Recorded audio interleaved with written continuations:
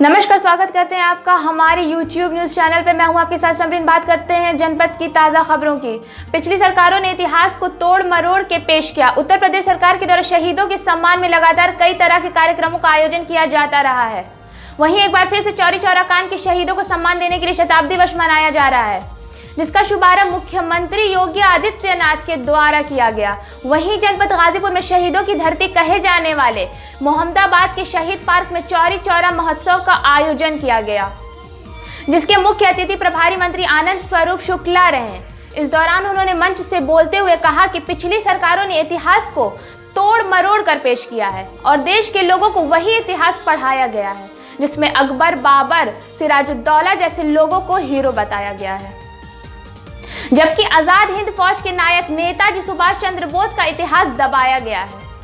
देश की आजादी में सबसे ज्यादा योगदान नेताजी सुभाष चंद्र बोस का था। उन्होंने कहा कि प्रथम विश्व युद्ध में अंग्रेजों ने भारतीय सैनिकों को तैयार किया और अपनी तरफ से प्रथम विश्व युद्ध में लड़ने की बात कही और यह भी कहा कि युद्ध के बाद भारत को आजाद कर दिया जाएगा, लेकिन उन्होंने ऐसा नहीं किया और प्रथम विश्व युद्ध के बाद रावेल्ट एक्ट जैसे क्रूर कानून को लागू कर दिया, जिससे कि हम भारतीयों के अधिकारों को छीना जा सके और जब चाहे तब जेलों में ठूसा जा सके। आइए सुनते हैं प्रभारी मंत्री आनंद स्वरूप शुक्ला ने इस मामले पर क्या कुछ कहा। लेकिन आज का कार्यक्रम चौरी चौरा महोत्सव, जिसे 4 फरवरी 1922 के पूर्व 2 फरवरी को जब चौरी चौरा थाने पर महात्मा गांधी जी ने 1920 में जब असहयोग आंदोलन की घोषणा किया था, असहयोग आंदोलन में हमारे पूरे देश के अनेक बड़े बड़े जो वकील थे, उन्होंने कोर्ट का बहिष्कार कर दिया। हमारे छात्र छात्राओं ने महाविद्यालयों का, विश्वविद्यालयों का, कॉलेजों का बहिष्कार कर दिया। हमारे प्रोफेसर जो थे उन्होंने कॉलेज जाना छोड़ दिया। जो अंग्रेजों के वस्त्र थे उनको जलाया जाने लगा। खादी के वस्त्र हम सभी पहनने लगे। महात्मा गांधी जी ने कहा और उस समय के हमारे देश के नेतृत्वकर्ताओं ने तय किया कि ये ब्रिटिश गवर्नमेंट हमारे सहयोग से चलती है। अगर हम असहयोग करेंगे तो साल भर में 1 वर्ष में हमें स्वाधीनता प्राप्त हो जाएगी, यहाँ से चले जाएंगे। और उसकी एक लंबी पृष्ठभूमि है कि महात्मा गांधी ने ये असहयोग आंदोलन क्यों शुरू किया। हम आप सभी जानते हैं 1914 से 1918 तक जो प्रथम विश्व युद्ध चला और उस विश्व युद्ध में भारतीय सैनिकों को ब्रिटिश सरकार ले गई और ये कह के ले गई, जब भारत के लोगों ने कहा कि हम आपके लिए तब लड़ेंगे जब आप हमें हमारी शर्तों पर और आप हमें स्वाधीनता देंगे। और ब्रिटिश गवर्नमेंट ने उस समय हमसे यही वादा किया था। लेकिन वहां से आने के बाद, जिसके बारे में हम सभी जानते हैं, हम सभी पढ़ते हैं, रोलेट एक्ट के बारे में, जिसने मार्शल लॉ लागू कर दिया, जिसने ये व्यवस्था बना दिया कि कोई भी भारतीय शक के आधार पर ब्रिटिश सरकार उसे गिरफ्तार कर सकती है,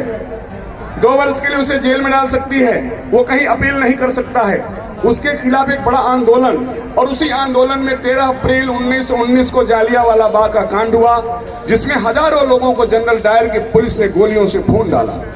और उसके बाद ये असहयोग आंदोलन, और असहयोग आंदोलन के पीछे हम सभी जो भारत के लोग हैं, आज दुनिया में वो देश जो छोटे छोटे देश कम समय में बहुत आगे चले गए हैं, हमारे लिए जो एक उदाहरण भी हो सकते हैं और हमारे जो चुनौती भी हो सकते हैं, वो जापान जैसे देश, इजराइल जैसे देश,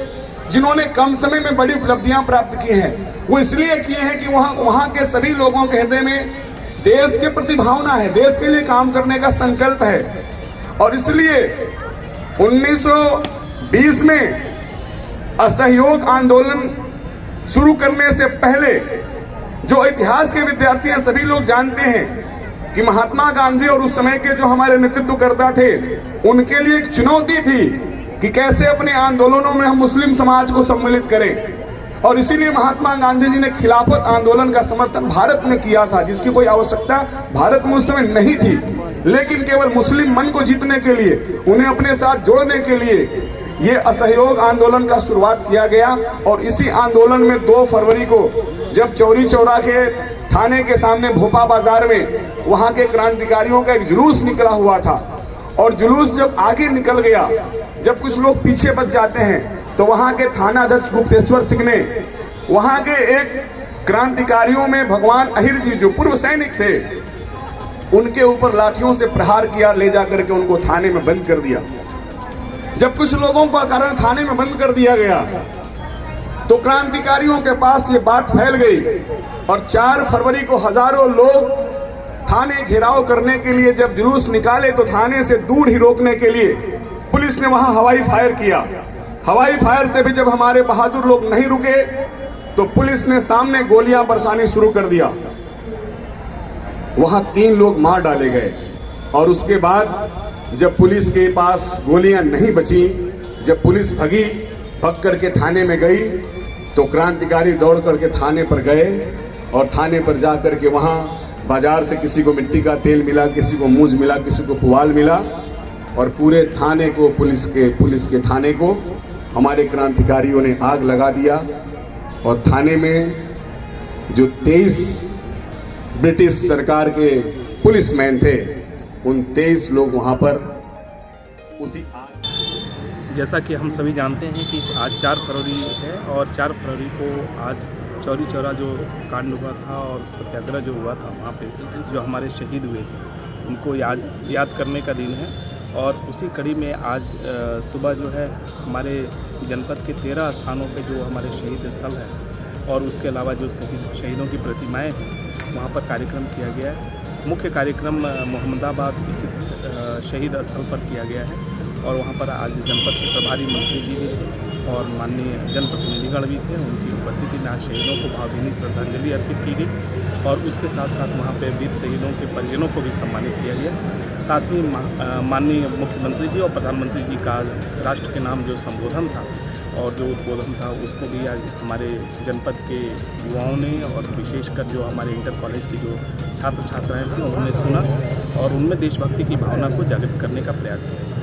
ये कार्यक्रम पूरे 1 साल चलते रहेंगे और 1 साल तक लगातार इनमें जो है हम लोग